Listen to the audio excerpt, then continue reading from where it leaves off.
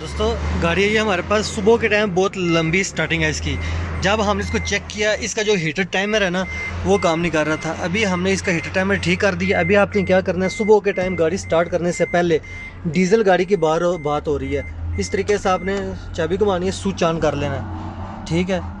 उसके बाद तकरीबन 10 सेकंड के लिए आपने फिर वापस 10 सेकंड बाद, ठीक है, फिर आपने इसका टाइम है 10 सेकंड, किसी का 15 सेकंड होता है, किसी का 20 सेकंड होता है, ठीक है। आपने 10 से 15 सेकंड के लिए चाबी लगा के रखनी है, उसके बाद फिर चाबी लगानी है। देखिए लाइटें आ गई हैं, ठीक है। इस तरीके से क्या होगा कि जो इंजन है ना, इंजन रूम के ऊपर ना, इंजन के हेड के ऊपर लगे होते हैं, उसको क्या बोलते हैं आप, हीटर भी बोलते हैं, और भी आप अपनी ज़ुबान में क्या क्या बोलते हैं, हीटर, हम तो हीटर बोलते हैं, ठीक है।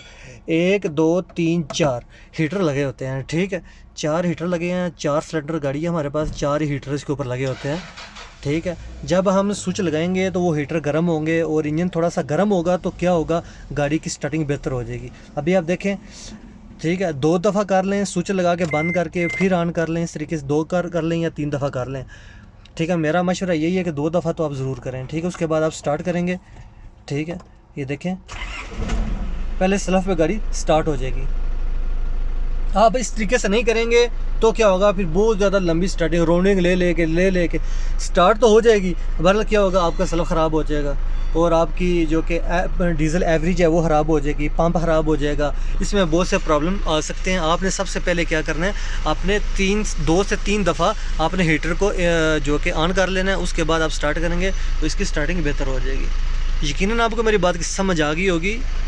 अगर आपको मेरी समझ आई है, इस चैनल पर मैकेनिकल की वीडियो, इलेक्ट्रिकल की वीडियोस अपलोड की जाती हैं, मोटरसाइकिल से लेकर गाड़ी से लेकर ट्रक तक वीडियो इस चैनल पर ही अपलोड की जाती हैं। इसी को ही आप सब्सक्राइब कर लें। हर किस्म का सवाल व्हाट्सअप नंबर पे आप रब्ता करके उधर से ले सकते हैं, ठीक है।